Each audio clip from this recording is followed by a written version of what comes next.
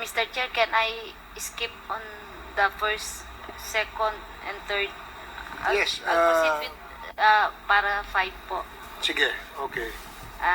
I became aware of the so-called Davao Death Squad through various sources. Pakilakas lang po, ma'am.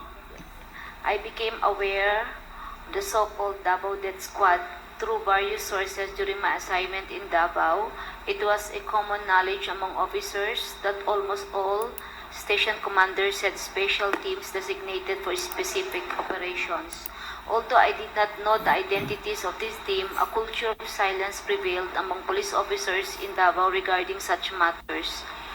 My understanding of this operation was further solidified during my tenure as station commander of SASA and Santa Ana Police Station from 2012 to 2016. During this period, I witnessed the existence of a reward system. While I served as a station commander of SASA, I received a call from Lieutenant Colonel Padua, then the intelligence officer of Sir De La Rosa, who was the city director of Davao at that time. The call, which I received around 7 o'clock in the morning, informed me of an impending operation in my area of responsibility in Barangay Malagamot. From this communication, I understood the implication of the operation. A few hours later, I learned that a shooting incident had occurred in Malagamot involving a male suspect, which the investigation suggested was a legitimate operation.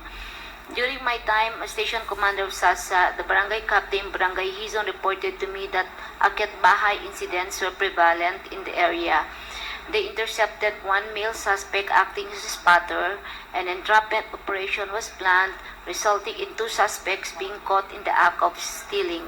One suspect was wounded and later died at the hospital, while the other escaped. From that operation, I received 20,000 from Sergeant Suwan, which was provided by Boy Alce. Furthermore, during my tenure at the Sasa Police Station, a personality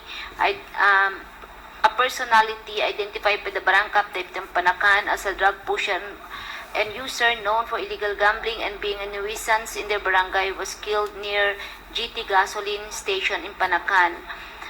I remember this person because in the morning of that day of his death, the duty desk officer informed me that he went to my office and left an image of the Holy Family.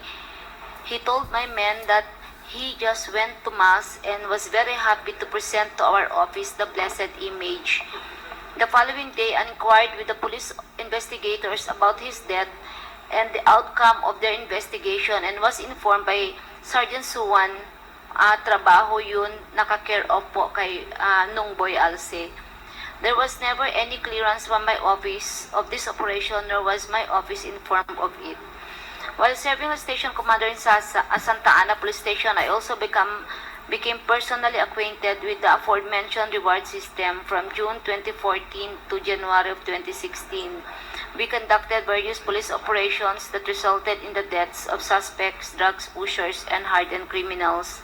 In one particular incident, along the coastal area, we monitored the Bitwal akyat-bahay suspect. One suspect was caught in the act of climbing into another victim's house when my officers called out for him. He was shot during the ensuing confrontation, resulting in his death. For this operation, I received 20,000 from Sane Benventura.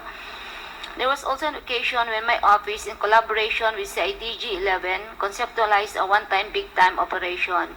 This type of operation was outlined in a comprehensive operational plan and involved an interagency approach incorporating various government agencies, including the Commission on Human Rights, Philippine Drug Enforcement Agency, and several PNP units such as the Maritime Unit, CIDG 11, Davao City Police Office, that includes station commanders, City Mobile Force, and the PNP Crime Laboratory, along with the local government unit of Davao for funding, barangay officials, and media representatives as witnesses.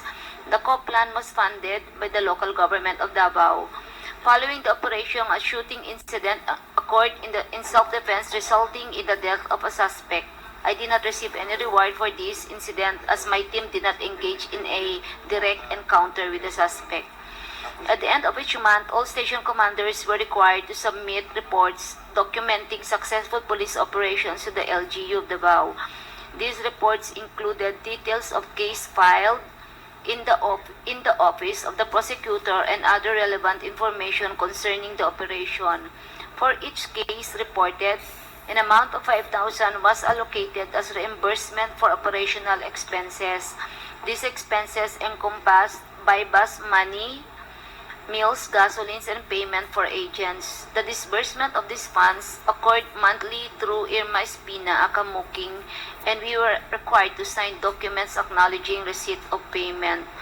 For the death of suspect, Shani Benaventura provided direct payments of 20,000 to station commanders with no signed documentation required.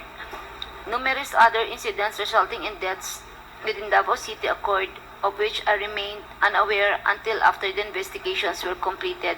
A prevailing culture of silence was instilled among all station commanders and city directors.